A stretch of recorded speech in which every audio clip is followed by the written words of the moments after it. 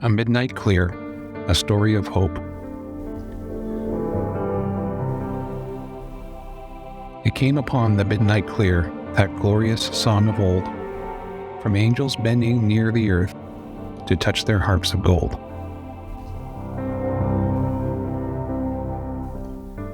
It was a night symbolic of December in the north, quiet, and the air so cold you almost thought you could shatter it like a pane of glass. Of the 4 other cabins on the lake, mine was the only one with a welcoming light shining in the window. Standing on the porch, I watched the slight breeze move my breath away from me in little clouds. Looking up, I could see thousands of brilliant gems sparkling on the black velvet drape of night. On the horizon, spirits from an ancient world reeled and cavorted in their colorful, mystical dance. The distant, lone cry of a wolf echoed across the lake. Then, quiet again. On such a clear night, the moon cast a serene glow across the fresh blanket of snow. Giant spruce, whispering to me in the breeze, carved long shadows in the snow. The frozen sheet of the lake was also covered, but I could still make out the dip between the shore and the water, however slight. A beautiful night, to be sure, but special in more ways than this. Tomorrow would be Christmas. Beth Ann would be arriving before lunch. Christmas in the country. What could be better? And that thought jarred me from my reverie. I was out here for a reason. The woodshed. The night was not going to get any warmer after all.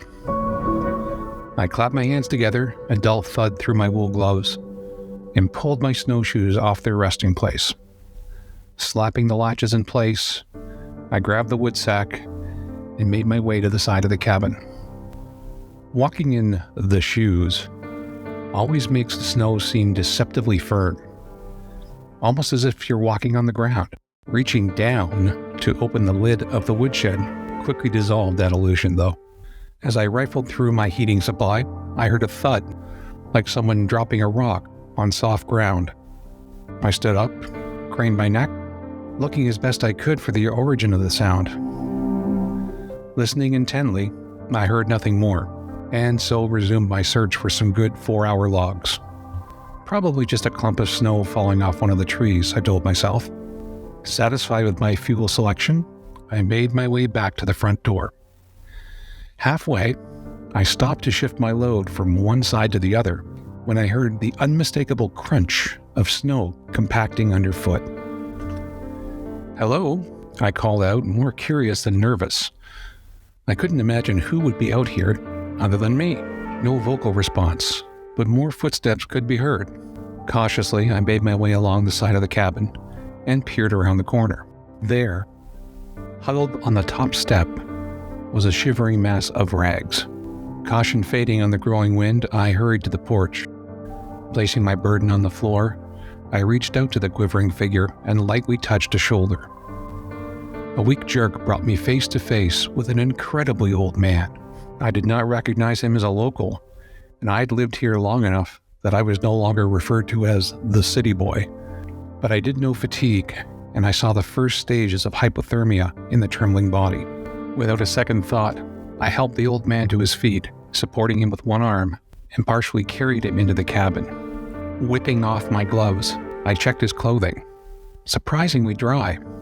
The shivering had not ceased, though, so I brought him to the big rocker near the hearth. Grabbing a poker, I adjusted the logs on the fire, forcing a bit more heat from them. I then slipped back outside to fetch the additional fuel I had dropped. The wind was picking up. Strong, restless gusts forcing themselves through the trees. The sky was still clear, though. I rushed back in, closing the door against the wind. The old man's trembling had subsided, and there were now moments where he was completely motionless. I put another log on the fire, wrapped a natty Afghan around him, and went to the kitchen. A cup of hot tea would do us both good. I worked at the fire while the kettle heated up. By the time the water was boiling, the hearth was roaring. A few minutes later, I brought 2 steaming cups to the fireside. The man, still shivering in small spasms, gratefully reached for the cup. I helped him hold it steady as he took slow sips.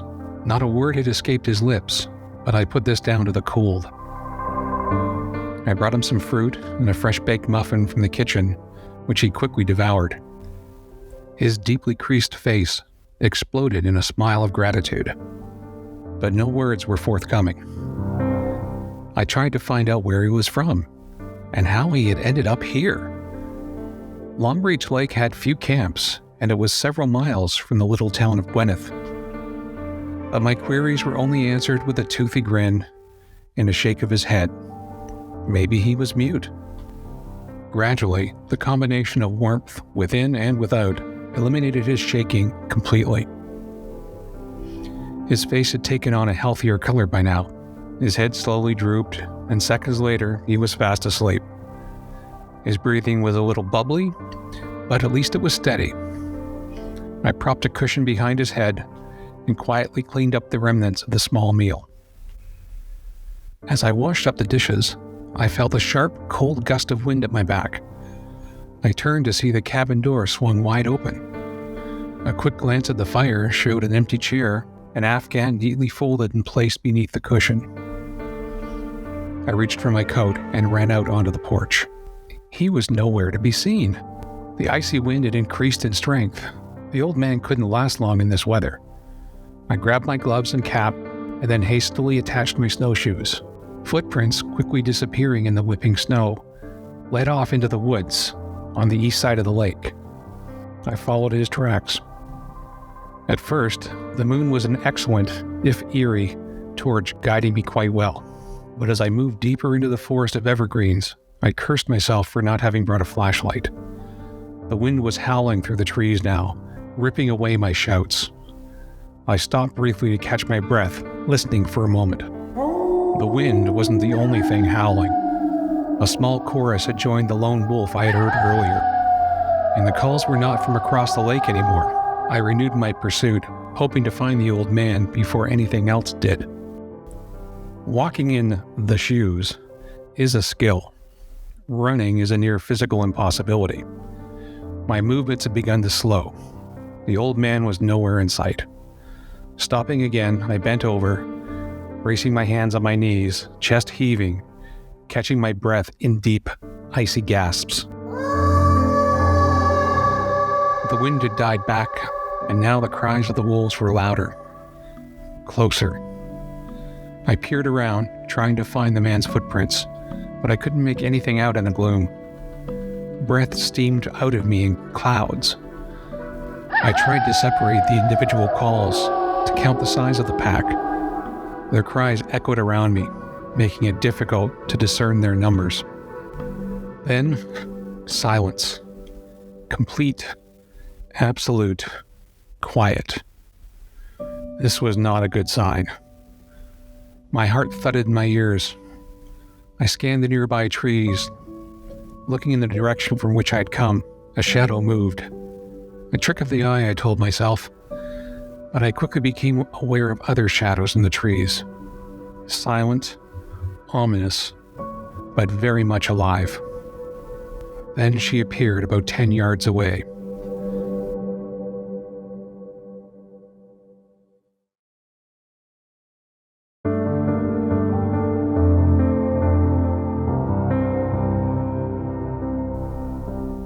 Silver gray like a ghost, the pack leader stood before me. For a moment, we regarded each other with mutual interest. Her head cocked to one side, and I half expected her to lie down and roll on her back so I could give her tummy a rub.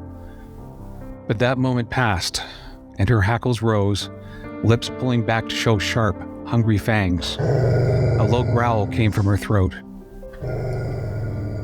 Her ears flattened and head lowered in line with her spine, and I could see she was resting her weight on her hind legs, making ready to lunge. Slowly, I began to back up. Something else that was not easy to do in the shoes. I could almost see her muscles tightening like a spring, and the growl became more vicious. Her back legs kicked out, launching herself towards me. I turned and bolted, not caring where I was going, so long as it was away from the wolf. I swear I heard the sound of her jaws snapping together, only inches away.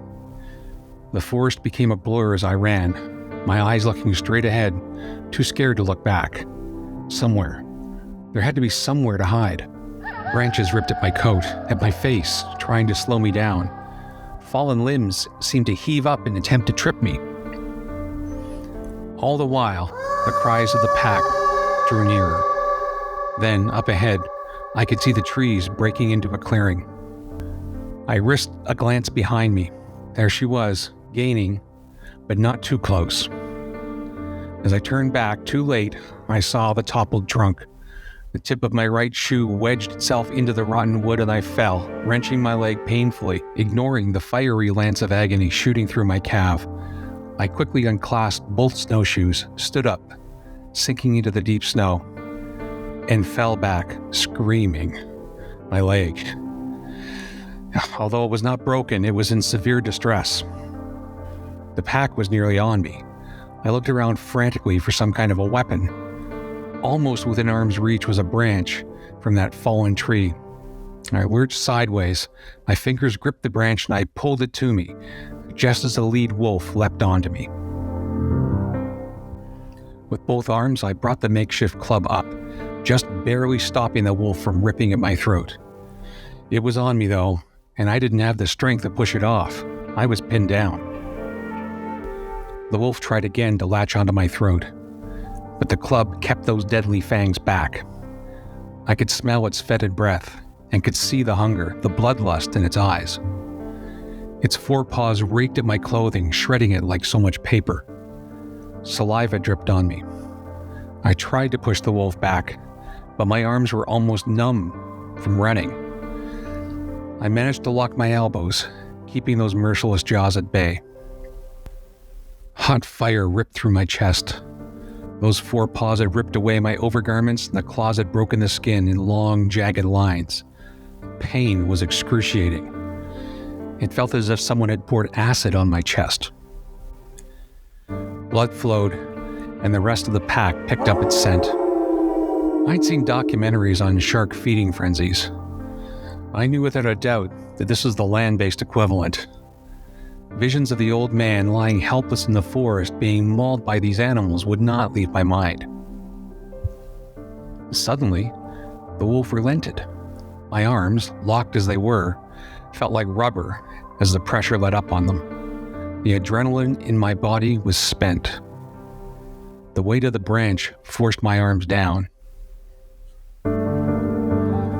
Too late, I realized the wolf was waiting for this. It lunged at me again, landing full square in my abdomen, knocking the wind out of me. I couldn't breathe. I couldn't move. I looked up, hearing the menacing growl. It seemed to be laughing at me, knowing it had won. Its lips pulled back, more saliva dripping onto me. I felt its body tense, and I clenched my eyes shut. But instead of the sound of jaws snapping onto my throat, I heard the wolf yelp. Not in pain, but surprise. The weight of the animal seemed to vanish. I opened my eyes to see the entire pack backing up, melting into the night. And they were looking past me. I craned my neck to see what had intimidated this fierce group. My chest protested this movement, but I had to look. There, in the middle of the clearing, was the old man. He was not shivering. He did not look weak or even winded, and looking at him brought a strange calmness over me. He made his way to me. I tried to speak, but he brought a finger to his lips to hush me. As he came closer, I could see he was smiling, a paternal, comforting smile, and it made me feel safe, despite my injuries and my ordeal. He knelt down beside me, and I could see he was taking in my condition. He smiled again, seeming to reassure me that all would be fine. In an almost musical voice, he said, "Fear not, you shall not be forsaken." And with that, he touched my face. warmth spread through me, surging from my head to my feet. It seemed to move down my body, and as it did so, the pain from my wounds diminished, then vanished. No dull echo of pain, nothing. I sat up and looked at my chest.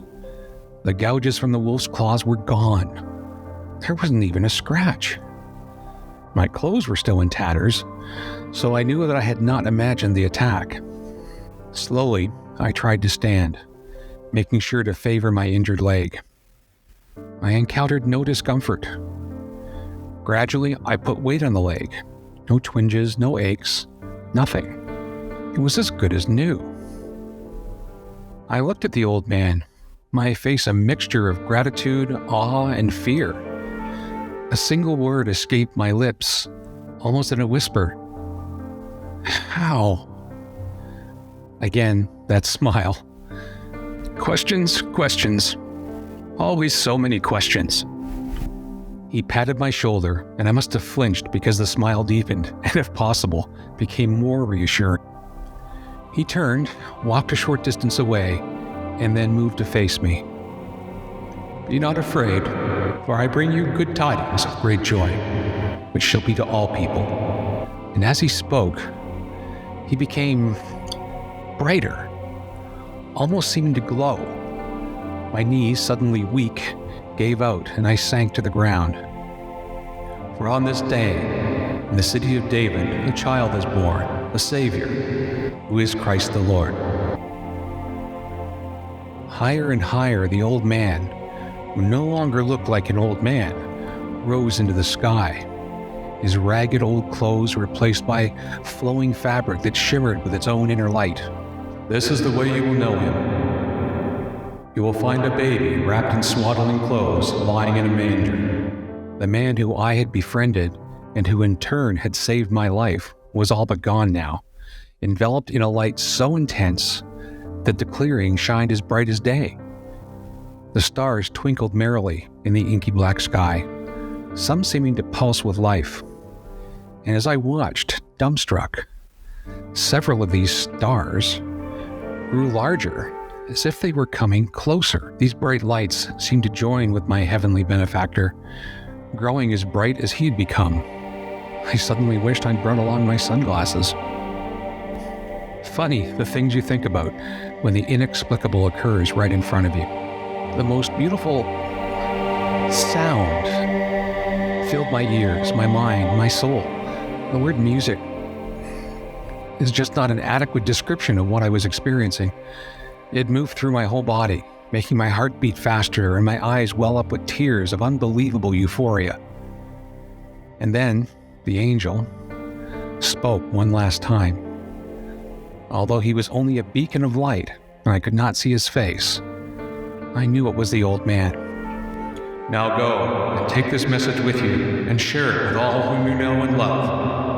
On this day of days, spread the message of peace on earth and goodwill to all men. And with that, there was a flash of light so brilliant that my eyes shut tight involuntarily.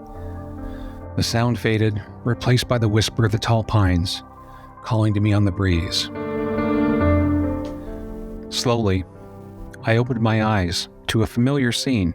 It was a crystal clear night, the moon casting a serene glow across the fresh blanket of snow. Giant spruce, whispering to me in the breeze, carved long shadows in the snow. The frozen sheet of the lake was also covered, but I could still make out the dip between the shore and the water, however slight. Sitting on the porch steps of my cabin, I watched the slight breeze move my breath away from me in little clouds. Looking up, I could see thousands of brilliant gems sparkling on the black velvet drape of night. The stars were back in their rightful places, all but one, which was intent on competing with the moon for my attention. I shook my head. I tried to convince myself that I had merely nodded off. My mind had taken me on a fanciful little dream. This possibility was far less bizarre than admitting the dream was not a dream after all.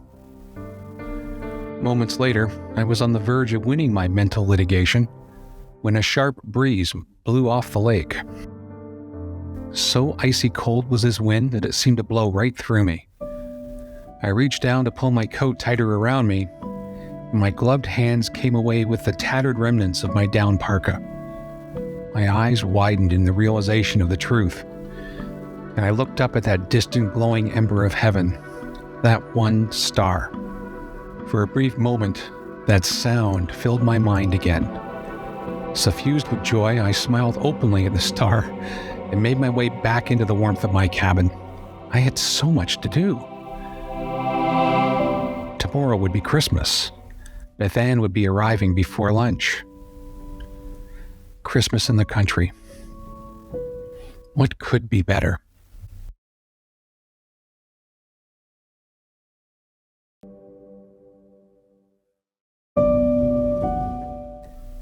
Afterward.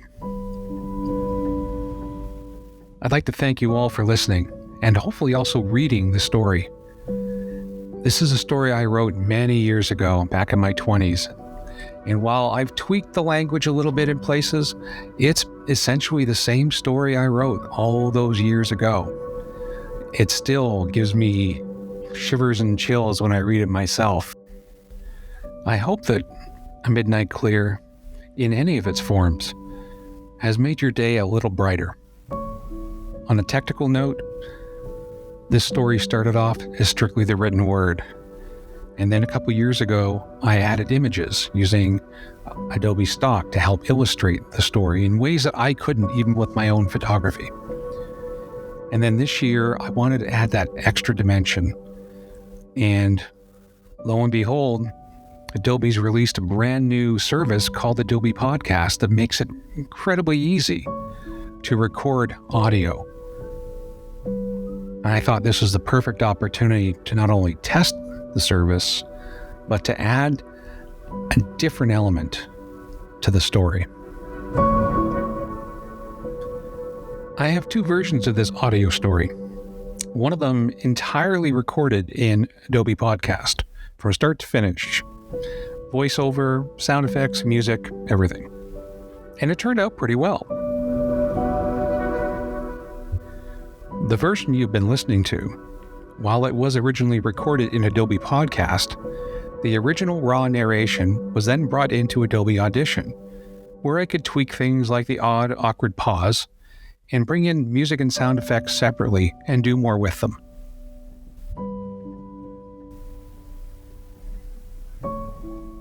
Thanks again. Happy holidays. Merry Christmas.